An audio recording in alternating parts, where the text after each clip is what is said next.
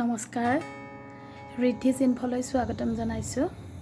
আজি কিছুমান মোৰ মনৰ কথা ক'বলৈ ওলাইছোঁ। মনৰ মানে এনেকুৱা ধৰণৰ মনৰ কথা, অতীতৰ বা শৈশৱকাল, বাল্যকাল, যৌৱনকালৰ কথা আৰু লগতে প্ৰাপ্তবয়স্ককাল বা বৰ্তমান সময়ৰ কথা।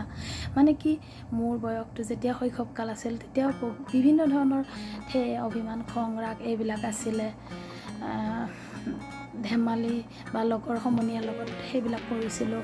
পিছত যেতিয়া বাল্যকাল আহিল তেতিয়াও মানে কি, দাদাহঁতক কিবা বস্তু যদি বেছিকৈ দিয়ে তেওঁৰ পৰা কাঢ়ি ল'ব মন যায় বা বেছিখিনি পাব মন যায়। বিভিন্ন সৰু সৰু কথাত অভিমান এইবিলাক মনলৈ আহিবলৈ ধৰিল।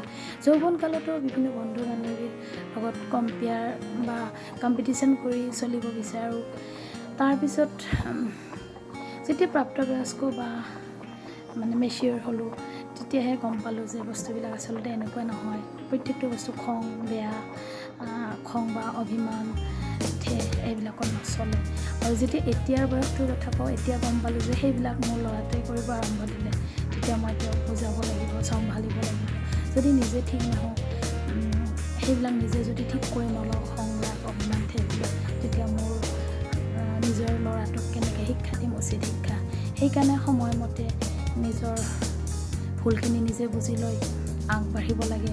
তেতিয়াহে ভৱিষ্যত বৰ্তমান প্ৰত্যেকটো মুহূৰ্ত বা ষ্টেপত কাম দিব আৰু নিজৰ ল'ৰা ছোৱালীক ভাল পথত নিবলৈ আমি আগ্ৰহী হ'ম বা আগুৱাই যাবলৈ সক্ষম হ'ম। ধন্যবাদ।